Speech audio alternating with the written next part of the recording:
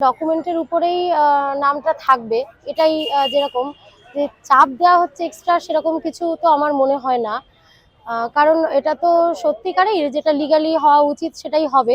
তো চাপের মনে হয় না কোনো প্রশ্ন আছে। আরেকটু বলবো আমি এখানে যে বাদ দেওয়ার যেটা এটা হচ্ছে আমি বলবো ইসিআইকে আরেকটু বিবেচনা করতে বলবো। কারণ বাবা মা আর দাদু ঠাকুমা জাস্ট এই এই চারটে রিলেশনশিপ ছাড়া বাকি কিন্তু কাউকে এখানে ধরা হচ্ছে না।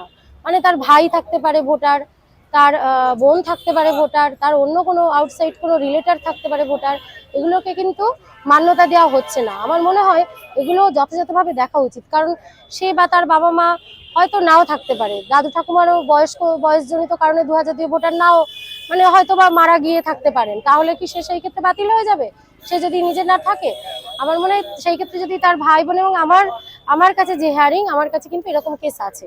কারণ সে নিজে নেই কিন্তু তার দাদা বা ভাই বা পরিবারের অন্য কেউ কিন্তু ভোটার, কিন্তু তবু সে নেই বা তার বাবা মা নেই বলে তাকে হিয়ারিং এ ডাকা হচ্ছে। আমার মনে তো হয় এটা আবেদনও থাকছে আমার ইসিআই এর কাছে, যদি তার পরিবারের কেউ একজন ভোটার থাকে তাহলে এটাকে ওনারা মান্যতা দিন এবং এটা তাকে ভোটার বলে পশ্চিমবঙ্গের মেনে নিন।